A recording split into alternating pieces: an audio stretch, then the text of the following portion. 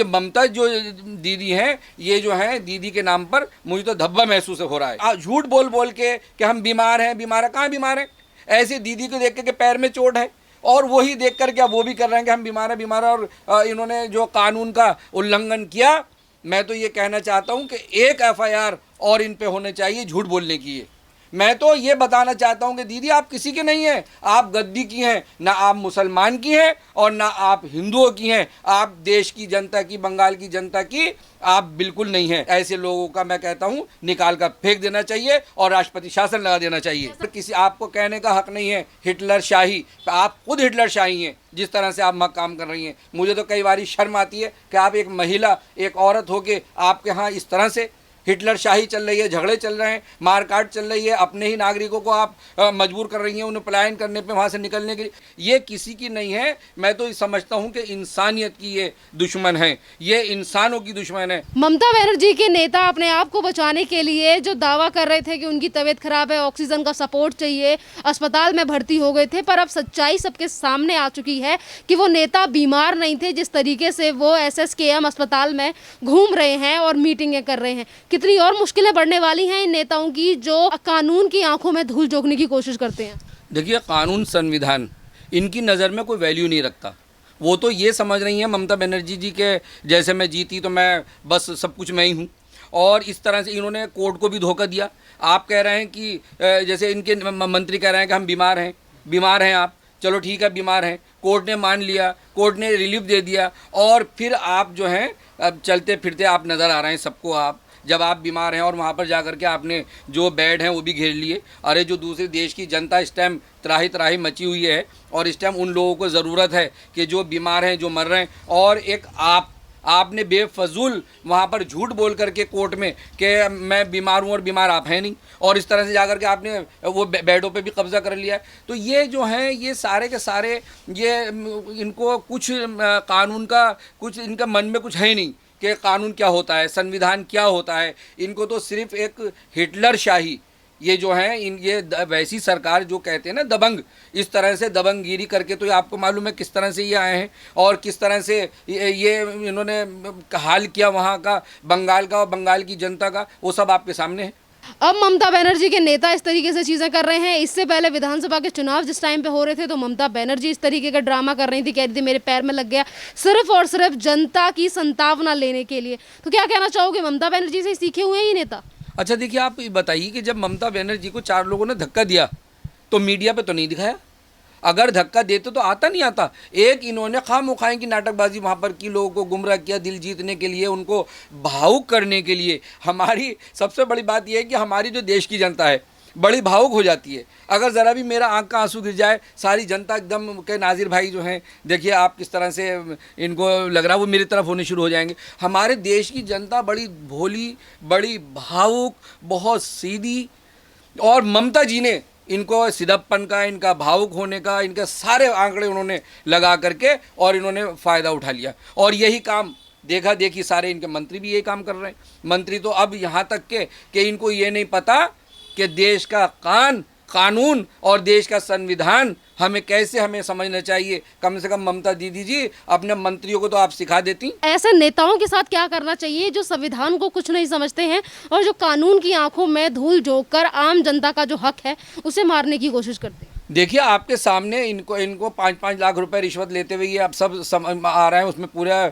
इनकी रिकॉर्डिंग है और सारी चीज़ सामने है। और उसमें तो ममता जी भी अब उसके अंदर शामिल हैं, ये भी शामिल थी, पीछे से थी ये। इन्होंने अपने मंत्रियों को आगे कर रखा था और फिर इन पे भी FIR रजिस्टर्ड हो गई और उन चारों पर भी हो गई। तो ये जब कानून को ये धोखा दे रहे हैं, ये किस तरह से झूठ बोल बोल के कि हम बीमार हैं, बीमार है, कहाँ बीमार हैं?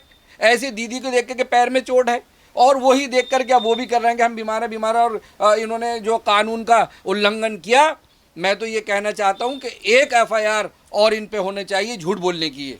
यहाँ पर यह भी बात है कि राज्यपाल को लेकर जो चीज़ें इन्हीं टीएमसी के नेताओं की तरफ से की जाती हैं, एक तरफ सीबीआई से बचने की कोशिश ये लोग करते हैं, दूसरी तरफ राज्यपाल को जान से मारने की धमकियां भी टीएमसी के द्वारा दी जाती हैं। देखिए, जब वहाँ दंगे शुरू हुए और इस कदर महामारी हुई और इतनी मारकाट चली और पथराव चल रहा है, गोली चल रही है, बम चल रहा है, तो राज्यपाल जी ने वहाँ की विजिट करी, वहाँ का सर्वे करा और वहाँ जाकर के उन्होंने हाल देखा तो वो तो घबरा गए। उन्होंने देखा अरे ये जनता के साथ, बंगाल की जनता के साथ क्या हो रहा है। तो तभी तो उन्होंने ममता जी से समझाया कि देखो इस तरह से आप जो हैं अपना ध्यान करें, किस तरह से जनता ने आपको जिताया है, ये मारकाट नहीं होनी चाहिए, गलत काम नहीं होना चाहिए, सबका आप ख्याल रखें, अब जीत गई हैं, आप सबकी हैं।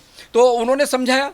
फिर दोबारा उन्होंने वहाँ की विज़िट करी तो दोबारा में भी उन्होंने रेस्पॉन्स नहीं दिया और वो परेशान हो गए जब उन्होंने देखा कि ये मान ही नहीं रहे। तभी तो ये नादरा कांड का जो उन्होंने परमिशन दी कि इनका चेक करा जाए, ये मान ही नहीं रहे हैं। इस तरह से जनता त्राही त्राही वहाँ मच रही है और वहाँ पर मारकाट चल रही है, उनको मारा जा रहा है, लेडीज़ों का रेप हो रहा है, उनके बाल पकड़ के लेडीज़ों को मारकाट करके घसीट कर घरों से निकाल के लेके जा रहे हैं। यहाँ तक कि वो पलायन भी कर गए और उन्होंने घर छोड़ने पर मजबूर हो गए। अरे ममता जी, कम से कम अपना घर तो छोड़ के देखें।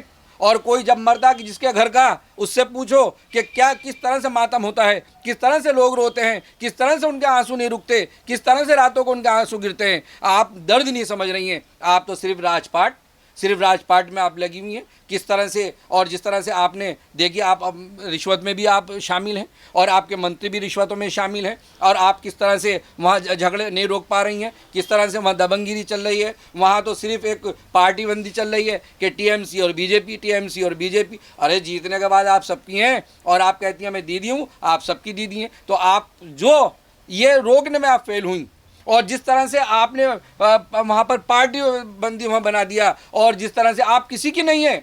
मैं तो ये बताना चाहता हूँ कि दीदी आप किसी की नहीं हैं, आप गद्दी की हैं, ना आप मुसलमान की हैं और ना आप हिंदुओं की हैं, आप देश की जनता की, बंगाल की जनता की आप बिल्कुल नहीं हैं। मैं तो ये कहना चाहूँगा कि फ़ौरन राष्ट्रपति शासन वहाँ लगा दिया जाए, ऐसे लोगों का, काला बाजारी करने वालों का, रिश्वतखोरों का, और जिस तरह से लोगों के इन्होंने मरवाया, ऐसे लोगों का मैं कहता हूँ निकाल कर फेंक देना चाहिए और राष्ट्रपति शासन लगा देना चाहिए। जैसा कि भी आपने कहा कि ममता बनर्जी ना हिंदू की हैं ना मुसलमान की हैं, सिर्फ गद्दी की हैं।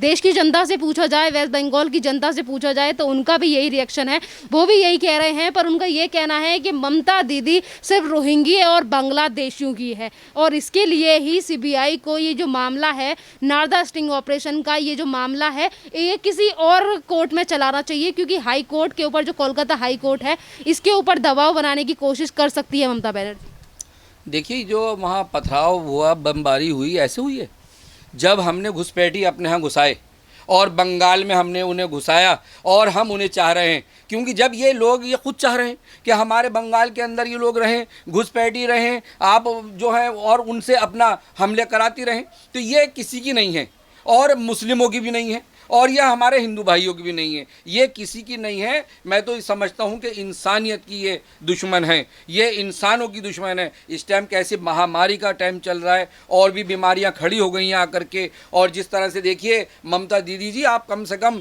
प्रधानमंत्री जी से भी सबक ले लीजिए कि प्रधानमंत्री जी का कितना ध्यान है कि दूसरी बीमारी आकर के खड़ी हो गई, डॉक्टर्स बढ़ा दिए, मेडिकल स्टाफ बढ़ा दिया, नर्स बढ़ा दी और वहाँ के कर्मचारी बढ़ा दिए। वो जगह जगह कोरोना में भी नहीं रुक रहे हैं, बराबर जा रहे हैं और देख रहे हैं। और यही हाल हमारे योगी जी का, उत्तर प्रदेश का भी है कि किस तरह से वो, मैं तो उनको सलाम करता हूं और उनका बड़ा थैंक्स और उनका शुक्रगुजार कि जिस तरह से ये सब मिलकर के ये जाने बचा रहे हैं और ये जाने गंवाने में लगे हुए हैं। जैसे देश की, बंगाल की जनता की कितनी हत्याएं हो गई। एक तरफ ममता बनर्जी अमित शाह और पीएम नरेंद्र मोदी के लिए तानाशाह बोलती है और जो भी चीज़ें वेस्ट बंगाल में रोहिंग्या द्वारा हो जाती है उनका भी सारा ठीकरा केंद्र सरकार की तरफ फोड़ने की कोशिश की जाती है ममता बनर्जी द्वारा।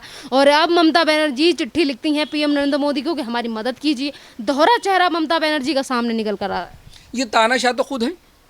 अरे इस टाइम को ये बातें करने की हैं कि प्राइम मिनिस्टर जी तानाशाह हैं, अमित शाह जी तानाशाह हैं। आपको शर्म आनी चाहिए। ये टाइम इस तरह का है, ये काम बहनों का होता है, आप दीदी कहलवाती हैं। अरे ये आप इस टाइम तो जान बचाने का है, कि जब हमारी जान बचेगी तो राजपाट सब चलता रहेगा, ये तो ज़िंदगी के साथ है, आज कोई कल कोई। लेकिन आप इस टाइम जो महामारी का वक्त है, इसमें आप बैठिए, आप किसी को तानाशाह कह रही हैं, कहीं आप किसी उनको रोहिंग्या को आप अपने यहाँ घुसा रही हैं और फिर हमले करा रही हैं, जनता अपने ही देश की, अपने ही बंगाल की जनताओं पे आप हमले करा रही हैं और उनको भागने पे मजबूर कर रही हैं, जिनका अपने घर जो हमारे नागरिक उनको आप इधर उधर करा रही हैं। ये सारी बातें ममता जी आप पे जचने नहीं। आपका नाम भी इतना शानदार है ममता कि आपके दिल में प्यार होना चाहिए, देश के लिए भी, बंगाल के लिए भी, और सबके लिए प्यार होना चाहिए। मुझे तो कहीं इनके दिल में प्यार नज़र आया नहीं है बिल्कुल भी। और दीदी कहलवा रही हैं, मैं भी कह रहा हूँ दीदी, सभी दीदी कह रहे हैं,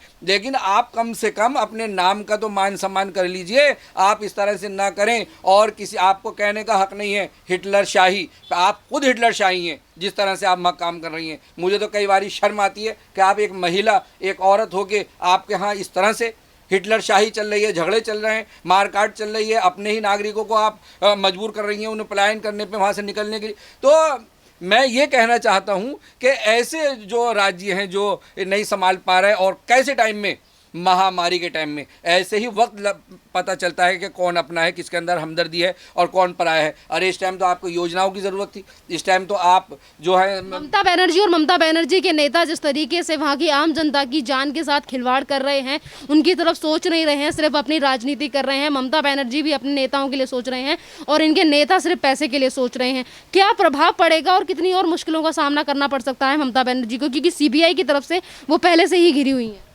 देखिए, जब काम ही ऐसे करे हैं तो घिरेंगी।